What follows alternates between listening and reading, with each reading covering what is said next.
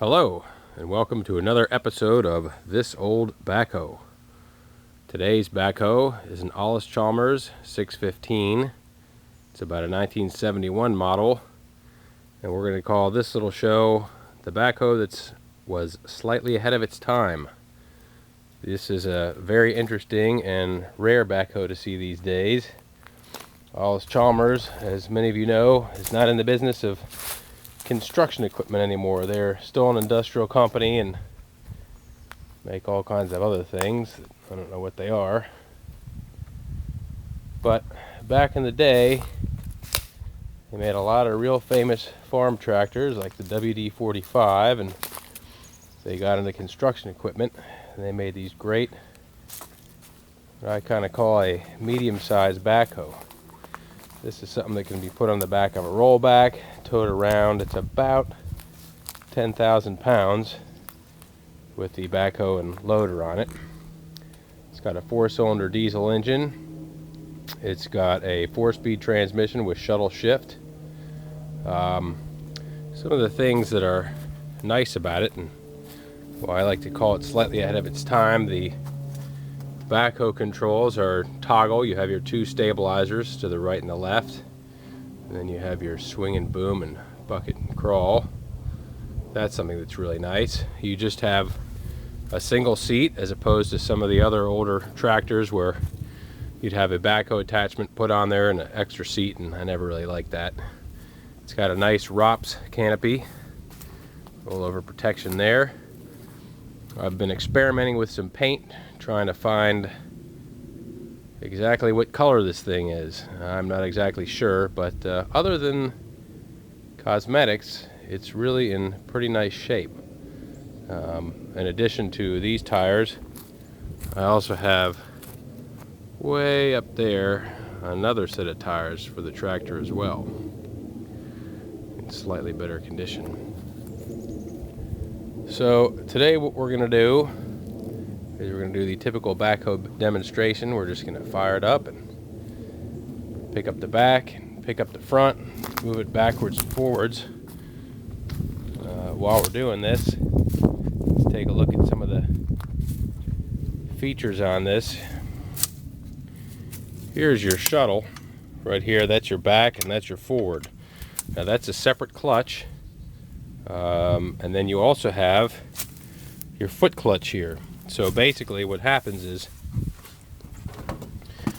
when you're sitting in the seat, you've got your transmission right here, and without depressing anything, I can put this in gear. Once I'm in gear, I simply rock the shuttle backwards or forwards, depending on whether or not I want to go forwards or backwards. I can also use this foot clutch. I want to do a little bit of foot clutching, and that I believe is a wet clutch, and I believe the shuttle is dry. It's got power steering. Here's your throttle control. Again, with the front bucket, I just recently had a Ford 4500 and you had a dual control. This has a nice toggle type, making the operation of the bucket a little bit smoother and more intuitive. It's got a nice new muffler on it. We are able to get that quite easily. Apparently, parts are not so hard to find for this thing. Hoses, of course, can be made anywhere, and there are still a number of suppliers for these Allis Chalmers parts, which comes in handy when you want to keep the thing running. But right now, it really kind of doesn't need anything other than at some point it'll probably need some new hoses, like one of these all these old machines. But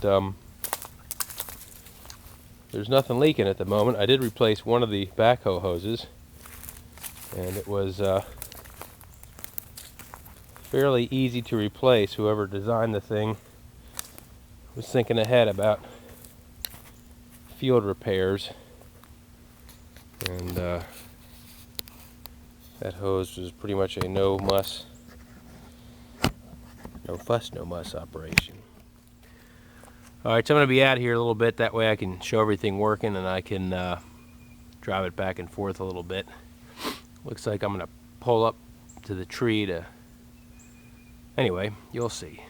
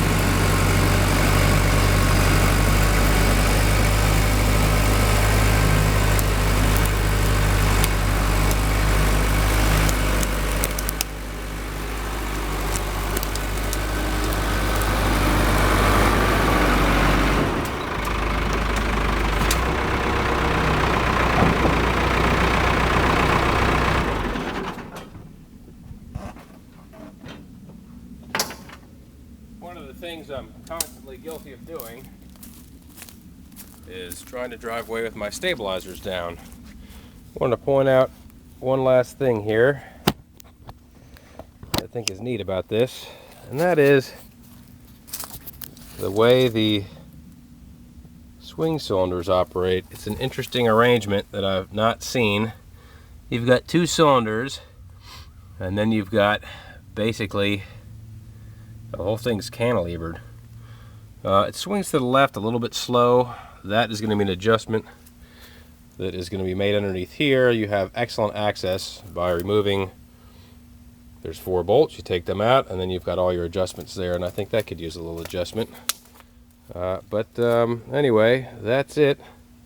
Thanks for watching.